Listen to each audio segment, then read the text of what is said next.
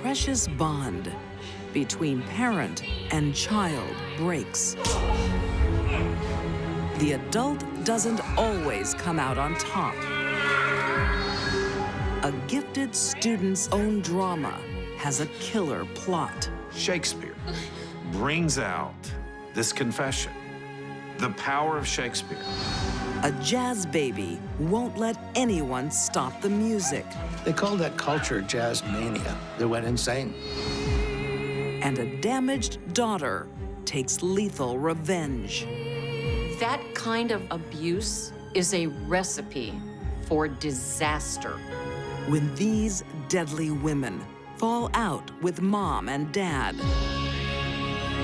it will be at their parents' peril.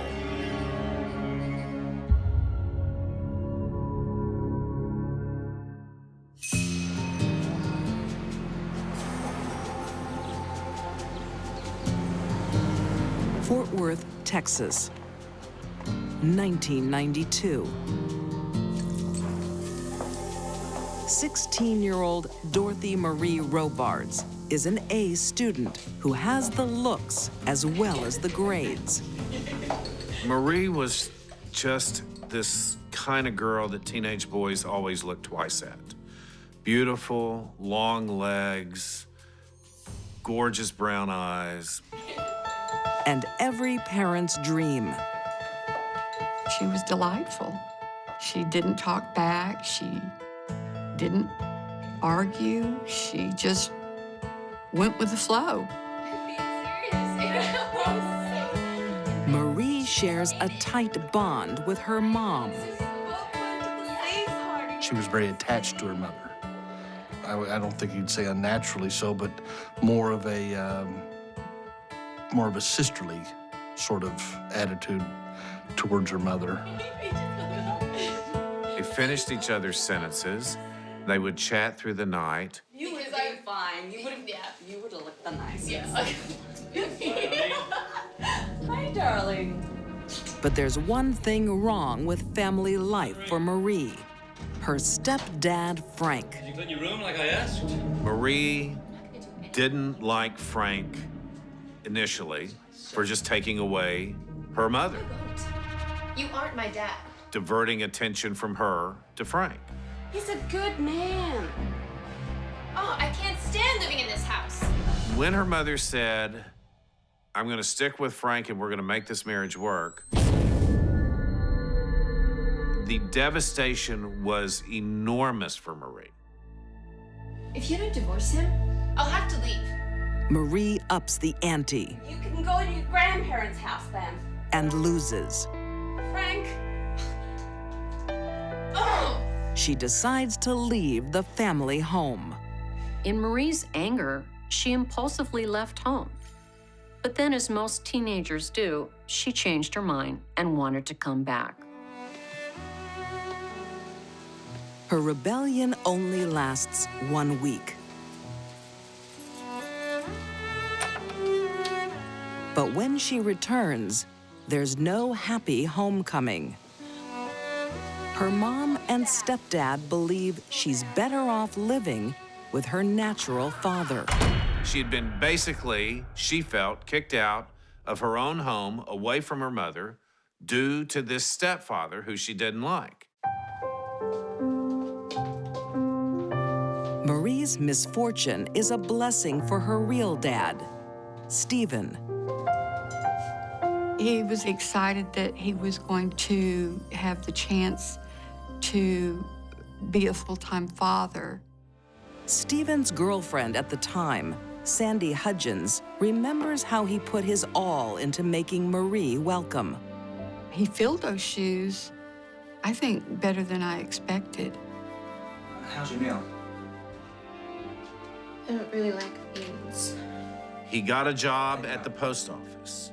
He began to take care of Marie more, buy her clothes. But a father's love can only go so far, particularly when he lives in a bachelor pad. Dad, where am I gonna sleep? Oh, right here. Even though she knew how hard he was trying to please her, it was a miserable life. She was sleeping on the floor. She didn't even have her own room. I told Steve that, you know, a girl her age really, really needed her privacy and how important that was.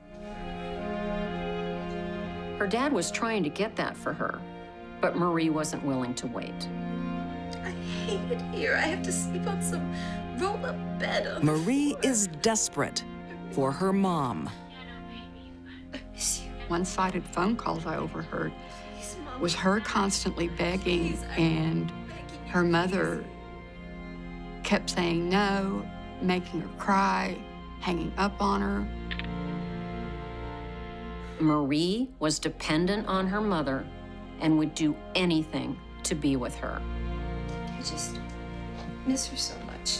It just was more dependency than the normal teenager. Your dad's here for you. Sandy offers comfort, but is no substitute for the real thing. I couldn't fill all of the needs she was missing right then. The one place where things go right is school.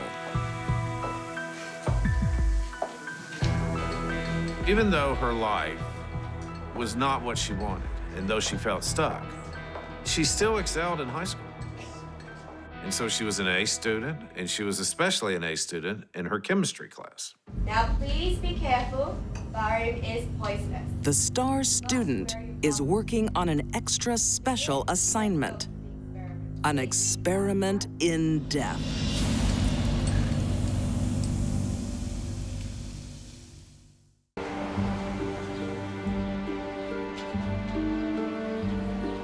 Fort Worth, Texas.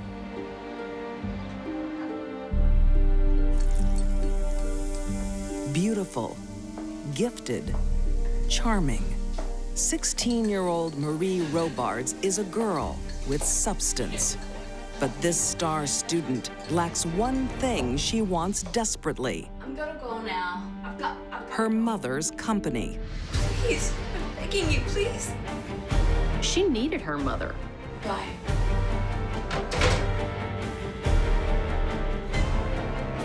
She wasn't going to adjust to living without her. She would do anything to get back with her mother.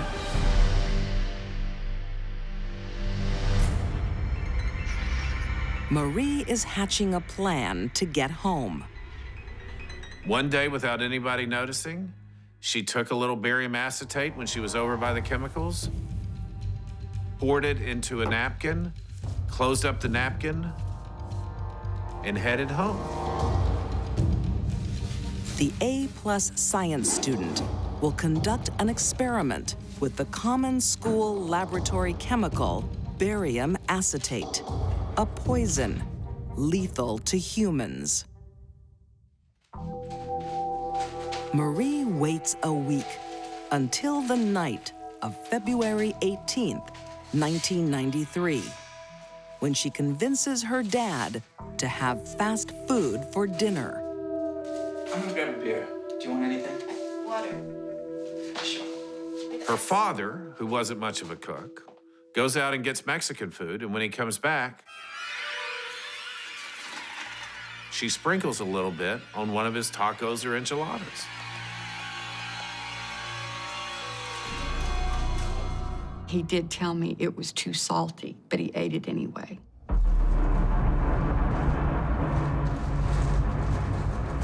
Steve was going to go to church. I talked to him earlier. Stephen won't make the service because he's closer to God than he imagines. Within an hour, he comes back saying he felt sick to his stomach, and then he went downhill in a hurry. I think I get Sandy. His girlfriend, Sandy, who lives down the hall, gets a knock on the door. So I went on down there, and he was already in bed, really having a lot of stomach pain, a lot of cramping. He said, I think I've got food poisoning. Marie's chemical concoction is taking hold. Something is seriously wrong now. Can you tell me what happened here? I don't know. Dorothy Marie Robards watched him as the EMTs tried to revive him and never once opened her mouth to save her father's life. Paramedics begin a desperate race to save him. Can you go outside and wait? Despite their best efforts, Stephen dies. I really couldn't believe it. He was 38 and in good health. Authorities investigate the death, but rule it a heart attack. And just like that, Marie had committed the perfect murder. Marie gets her wish. She is home and back in her mother's arms. But Marie's not the only one with a shocking secret. The mother says, listen, the two of us are leaving. We're going to Florida. And Marie says, how long have you known about this? She said, for several weeks. I just didn't want to tell you until it's time to go, and it's time to go. Marie realized that if her mother had just told her earlier, then this whole poisoning of her father would never have taken place.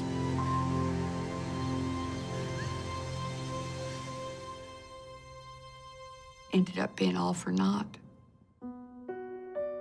That makes it even a bigger tragedy.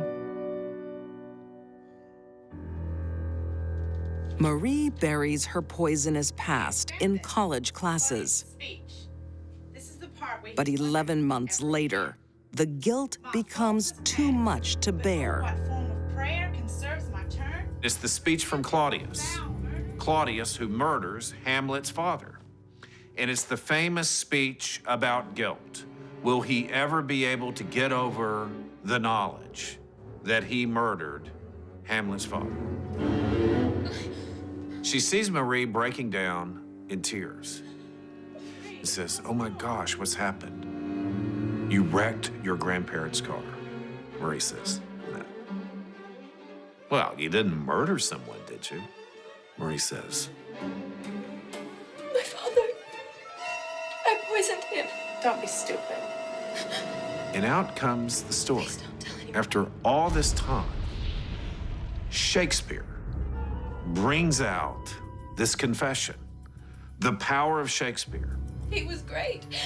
If Marie hadn't confessed to a classmate that she had killed her father, she would have gotten away with this murder forever. I just really wanted to move him back with my mom. For Marie's best friend, it's a drama too big to keep secret. She goes to the authorities.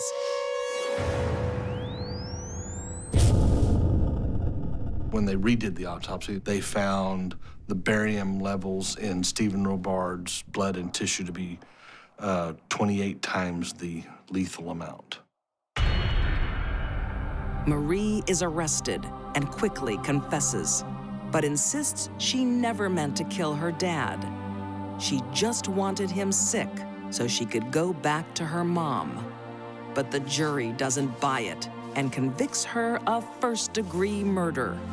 Given the fact that Marie stole the barium a week in advance and held on to it, certainly shows a great amount of preparation and planning. Marie was a smart girl. She was getting A's in chemistry. She knew exactly how much barium acetate it would take to kill her father. On May 10th, 1996, Marie Robards is sentenced to 28 years in prison. The flawless pupil becomes a model prisoner. After just 7 years, she gets parole. Sandy is still coming to terms with the tragedy. I hate to admit it, but I had a really bad depression for years. Thank goodness that finally went away. But I haven't loved anyone since Stephen. Haven't gotten close enough to anyone. Few believe Marie was born bad. But the combination of desperation and immaturity creates a murderer. For Marie, watching her father die a horrible, agonizing death was something she had to do to get what she wanted. Everyone that knew Marie said she was a good girl. I think she was, right up to the moment she murdered her father.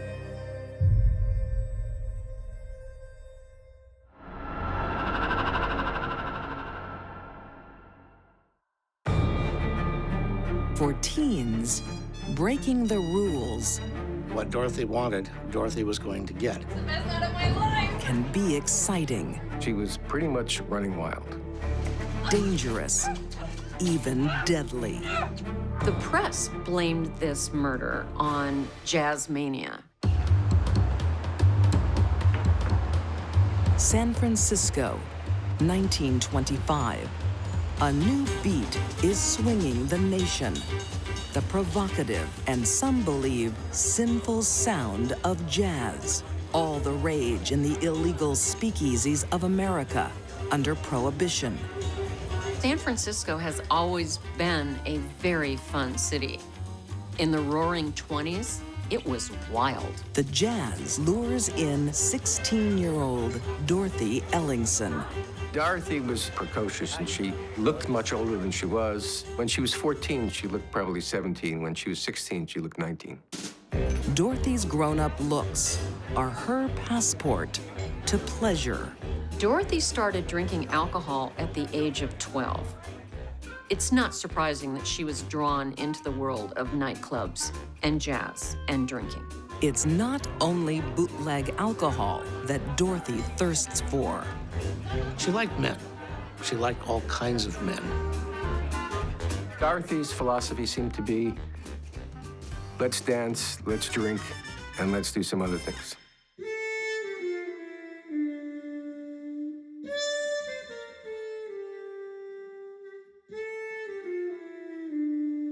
In those days, even the roaring 20s, it was still very, very unacceptable for an unmarried woman, let alone a 16-year-old girl, to be having sex. But for her, acting out sexually obviously made her feel good, made her feel powerful. She was not concerned what other people thought or cared for what they expected of her. It was what she expected of herself, and that was to entertain herself and have a good time. Prohibition officers have their eye on her, but Dorothy thinks she's one step ahead. I'm Montaigne De Niro and I'm 19. Dorothy was creating a fantasy for herself. Had a false ID that listed her as Montaigne De Niro, and she was age 19, and that's the role she played. Dorothy's fake ID meant freedom. It meant adulthood. It meant excitement. But she was way too young to have it. She was charged with truancy. She was charged with running away. She ran to Los Angeles at one point to be with a musician down there. Several stints in juvenile detention don't stop Dorothy's behavior. It didn't seem to bother her very much, but it really bothered her parents. They looked at it as a real shame to the family. Her parents are at their wits' end. They want Dorothy on the straight and narrow. Where have you been? She was from a very kind of law-abiding, respectable family. What will people say? I don't care what people say. Anna was a very staid mother type. In this case, it was obvious Dorothy was having sex with men. It was obvious that she was having sex with many men. This was upsetting her mother terribly. She didn't really know what to do about it, so the best she could do was confront her daughter. You will behave, young woman. But Dorothy refuses to toe the line. Dorothy and her mother had a tempestuous relationship, and it got worse as Dorothy got older. I think any mother of a teenage girl would have been upset that her 16-year-old daughter was hanging out in nightclubs and seeing older men. Dorothy won't repent. Instead, She records every sordid encounter. Dorothy kept a diary. It was a little red notebook where she put information about her comings and goings. Went to Joe's party, met an amazing musician. He knows how to use all his instruments. It was kind of a way to look into her mind. She talked about the men she went out with, what she wanted to do. It was pretty much focused on partying. Dorothy's diary is filling up nicely. She judged them according to their physical build and how they measured up to her standards. But there's always room for fresh material. Dorothy was so rebellious. She liked to be bad. She liked to be a bad girl. Stop, Dorothy. You're not going out. When Dorothy insists she is going to another jazz party, Mom Anna puts her foot down. There was constant turmoil in the family. The fights between Dorothy and her mother got physical, where they would literally fight with each other over it. I'm 16. I can do what I like. Go to bed. Dorothy was furious. She's being threatened two ways: not being able to do what she wanted to do, which was go to the dance, and also the possibility of being arrested. Anna wins for now. But Dorothy has a party trick no one will forget.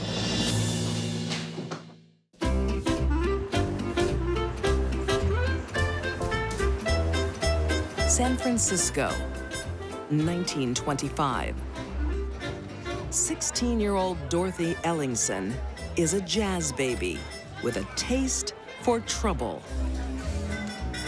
She's broken curfew, the law, and her parents' spirits. But her plans to paint the town red hit a roadblock. They went to bed angry, and they woke up angry. You are absolutely not going out. I want you to get a job. On January 13th, the fighting stops. And start being a responsible Already a petty juvenile offender, Dorothy is about to become a really bad girl.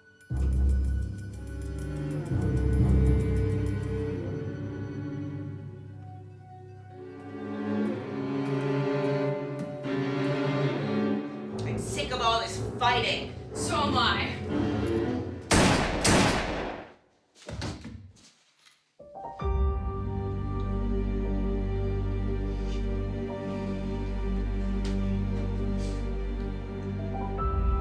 She put 2 bullets in the back of her head without giving it a second thought.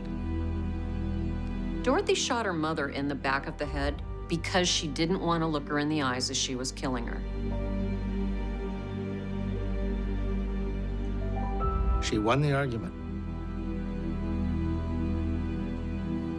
Dorothy simply got upset that her mother was tightening the reins on her behavior, and she shot her. Anna's life is over. For Dorothy, the party's just starting. She went dancing. She was the life of the party. You're sure having a wow of a time. It's the best night of my life. She wanted to have her good time. She did have her good time. She danced for 12 hours straight. It's very strange behavior, but she wasn't concerned about the future. She wasn't even concerned about the past. She was concerned about the now. But after the high comes the hangover. Dorothy's brother found the body later that day. It was kind of assumed that Dorothy was involved.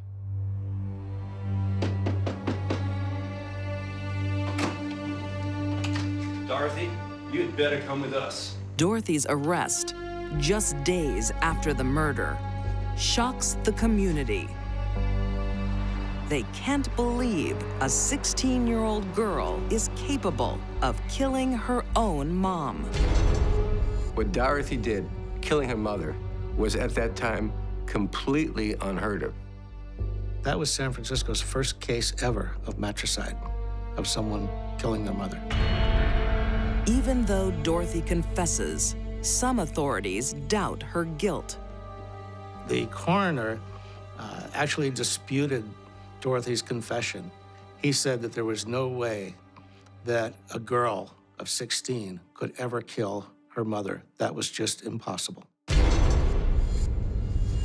But if Dorothy's not responsible, who is? The newspapers of the day believe they know. They lay the blame on the mesmerizing effect of jazz. The newspapers ate it up. They called that culture jazz mania. People got their blood worked up. They got excited. They lost their inhibitions. And they felt that it affected their psyche, that they actually they went insane. Even though the press puts jazz on trial, a jury isn't convinced. Dorothy killed her mother, and it had nothing to do with jazz. The jury feels it's time Dorothy grows up. In August 1925, she's found guilty of manslaughter and given 10 years in San Quentin prison. With her wings finally clipped, Dorothy renounces her wild and deadly ways. She always said she never should have done it, and she wished she could go back and relive her life and do it the way that her mother had asked her to. She hoped that her example could prevent other kids from going the same way that she did. She advised kids to obey their parents, to learn a trade, not riding in fast automobiles with people. Whether Dorothy really did a complete turnaround in prison, only Dorothy knows. She said the right things. She said things people wanted to hear. Did she mean it? I have my doubts. After 7 years in jail, Dorothy is released and reunites with her father. The relationship between Dorothy and her father, Joseph, was very strained. He was trying to be a father to her, but she finally realized that she couldn't live in that household. It was causing too much strain there. Dorothy changes her name and tries to leave her notoriety behind her.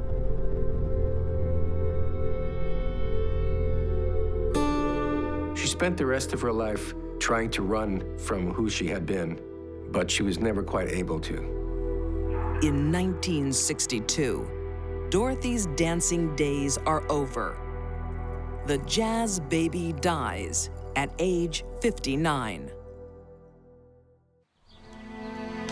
Family reunions are unpredictable events. Bridget hardly stood a chance. Get-togethers can strengthen ties. I mean, he was her father. He's supposed to be a source of comfort and certainty. Or sever them permanently. She wanted to destroy the weapon that had caused so much destruction to so many people.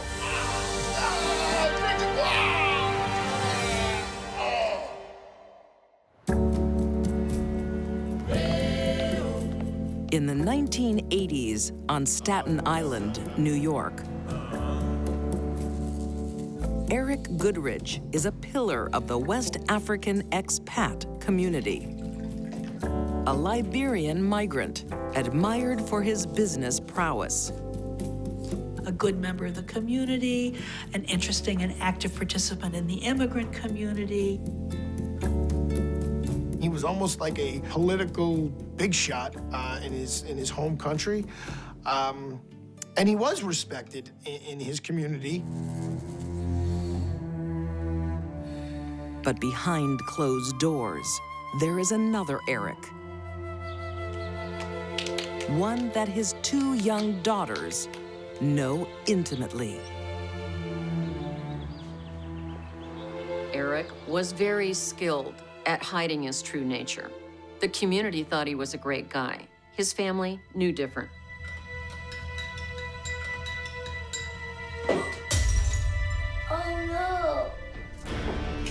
believes in old-fashioned corporal punishment, but takes it to a sadistic level. It was physical abuse. It was getting beaten with a reed so that it would open up wounds on her. Forcing her to take red hot pepper and mixing it with water and flour into like a paste and putting this red hot pepper into her open wounds. Red pepper is the same element that's in mace, which is what police use to control crowds during riots. It is incredibly caustic. It burns nerve endings. For Bridget, there is nowhere to hide. Not even when she's tucked into bed. Eric Goodrich, he was a pedophile who was incestuous. I mean, I don't know how much worse it gets. The abuse starts when Bridget is 3. That kind of abuse is a recipe for disaster, for an explosion down the road. When Eric returns to Liberia in 1992, 12-year-old Bridget is taken too. But the abuse isn't left behind. For the next 5 years, her torment continues. Daddy, please. Please, no, stop. Oh, baby, I'm sorry. Our father continually made excuses. I'm just teaching you how this happens, how this works. This is what a father is supposed to do to a daughter. Touch me! Just move! Get out! Get out of my room! Get out now! Get out! Just get out of my room! You only keep that in one night? Come on. The fact that Bridget was abused for so long certainly had to contribute to her feeling that her life was nothing more than being abused. And she'd had it. At 18, Bridget is legally able to escape her father's grip. Fleeing Liberia, she returns to New York. By her mid-20s, and with her father some 4,000 miles away, Bridget finally builds a life for herself as a security guard. She had a job, she was making money, she was supporting herself, she had a decent apartment in a decent neighborhood, she had a network of friends. Despite the horrors that she was subjected to, she had made it on her own, and God bless her for doing that. She deserves a lot of credit for getting as far as she did. But when she visits her older sister in 2007, old wounds are ripped open. Daddy's here. When Eric comes back into the scene, Bridget is absolutely repulsed and horrified and scared. Seeing her abuser close to her niece triggers overwhelming memories. How you doing, Bridget? The straw that broke the camel's back was when she saw her father, Eric, floating around Carlene's daughter, who was 5 years old. I think she snapped. She suffered a flood of emotions. For a moment, that little girl on Daddy's lap was Bridget, and she couldn't take it. This is her abuser, and he's going near someone she loves, who's vulnerable, very vulnerable. He barged in here. He's family. Bridget confronts her sister. Sex with me. Their discussion reveals another terrible family secret. He did that to me too. Carlene is also a victim of Eric's abuse. She had actually confirmed that he had been abusive sexually to her sister Carlene. More chilling still are Eric's travel plans. When he flies back to Africa, he'll be taking his granddaughter. That made Bridget realize that nobody was going to take action to protect this girl. And what she perceived was there were two choices. He could go on, or she could stop him.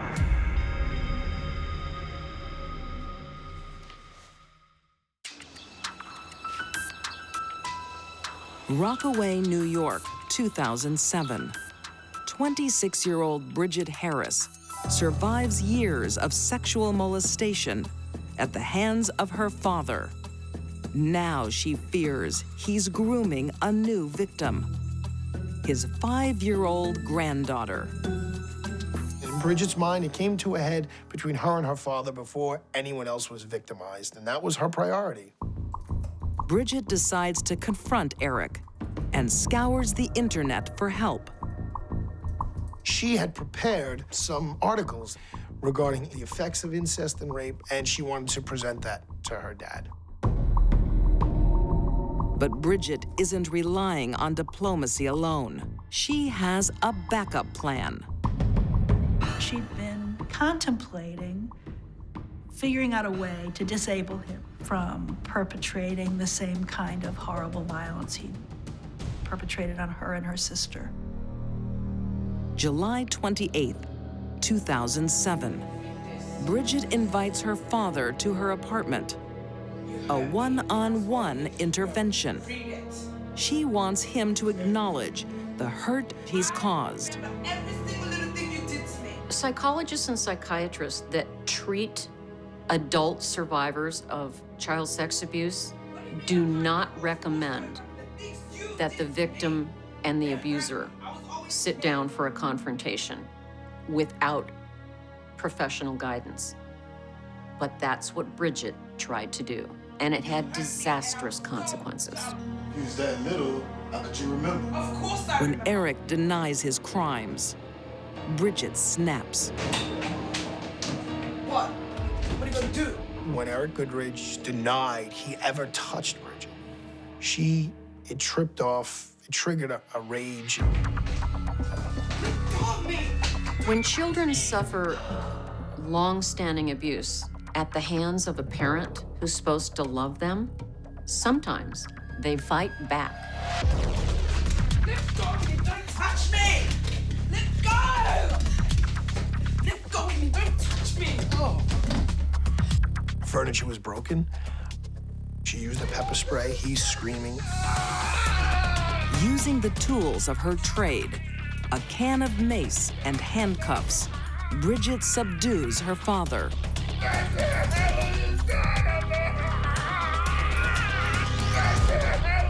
Bridget smothers Eric's screams by stuffing a towel in his mouth. Eric is now helpless, bound, gagged, motionless. But Bridget isn't done. She wants to destroy his weapon of abuse. She tries to cut his penis off with the scissors, and it won't work. And then she remembers, oh, I have those blades. And she comes back, and she severs his penis. Amputation is not enough. She wanted to destroy the weapon that had caused so much destruction to so many people. So initially, she burns it on her stove. Then she takes it with her. She calls 911. Someone's bleeding to death. Bridget calls for help for her father, but makes sure his manhood can't be restored. Bridget was so frightened that doctors might be able to reattach her father's penis, she made sure they couldn't and threw it in the ocean.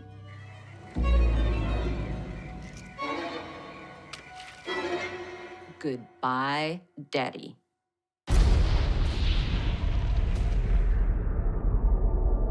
Assaulting her father that way must have been a very cathartic experience for her. Finally, she was the one in control. Paramedics arrive too late to save Eric. But he hasn't bled to death. He suffocates. If the towel is pushed far enough back, that it's going to be impossible for the tongue to extricate that towel. Securing it is going to ensure that the person cannot take a breath at all.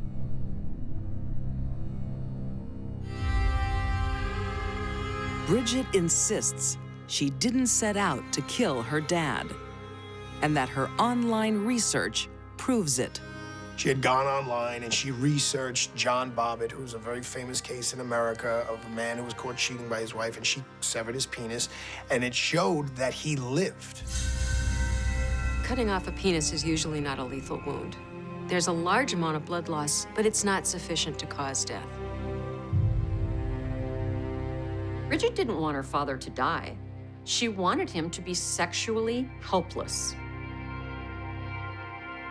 The prosecution isn't convinced, and Bridget is charged with second-degree murder. She undergoes psychiatric assessment. Bridget did have a psychological evaluation by both the defense expert and by the prosecutor's expert. They both kind of came to the same conclusion.